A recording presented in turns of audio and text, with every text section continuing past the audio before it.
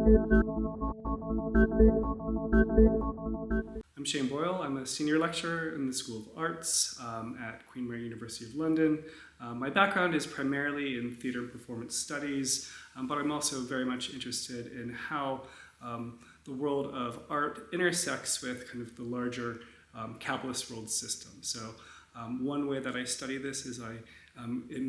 typically consider the ways in which the infrastructures of artistic production overlap with the infrastructures of economic circulation and production. So my research, even though I write a lot about theater and art, I'm also very much interested in matters related to political economy, histories of Marxist thought, and also political struggle. Here at Global Disconnect, I'm looking at a project that is focused on thinking about how the art world, and this is a quite bold claim, might contribute to blockading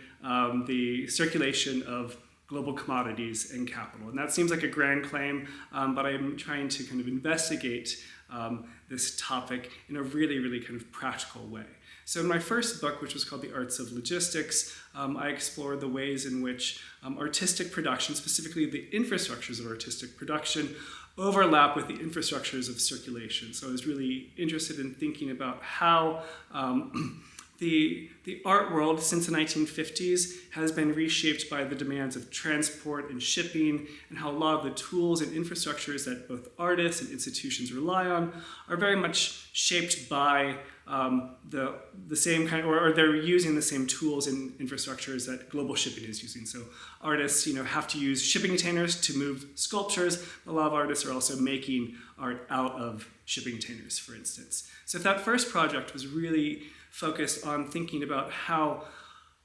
the art world takes advantage of infrastructures geared to helping capital circulate around the globe. The project that I'm doing here in Munich is kind of approaching this topic from the opposite angle. I'm really interested in how artists are working to block the infrastructures that are used to circulate capital. So a really good example of that is an artist named Zina Sarawiya, who she was born in Nigeria. She's the daughter of Ken Sarawiya, who is a really famous poet, playwright, and writer who also led a struggle for Ogoni self-determination in the Niger Delta, and who was arrested and executed for his political activities by the Bacha military regime in 1995. 20 years after his execution, his daughter, Zina Sarawiya, who's a photographer and filmmaker, created an amazing and absolutely extraordinary dance film on a Shell oil pipeline in the Niger Delta, which her father had helped lead kind of a struggle to blockade all of this oil infrastructure in the Niger Delta. And she staged a dance performance featuring a traditional Ogoni masquerade in which a group of men kind of dance and do really kind of amazing acrobatic sorts of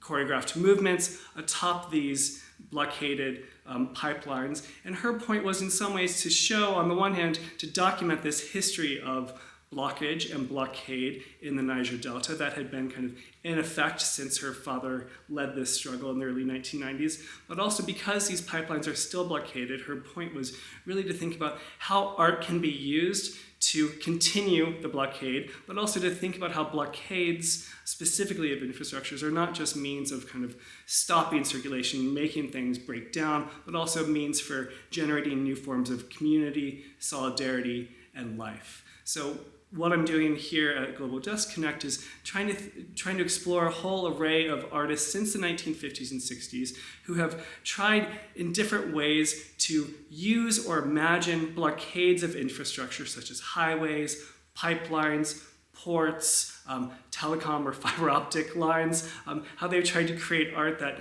either literally tries to play with disruption and blockading these infrastructures, or which sometimes poetically imagines them. The way that my research right now intersects with Global Disconnect, there's a lot of ways, but the main way that it intersects is through this concept of the blockage or the blockade. Oftentimes we think of blockage or the blockade as something that capitalism and globalization doesn't want. But one thing that I'm trying to show is that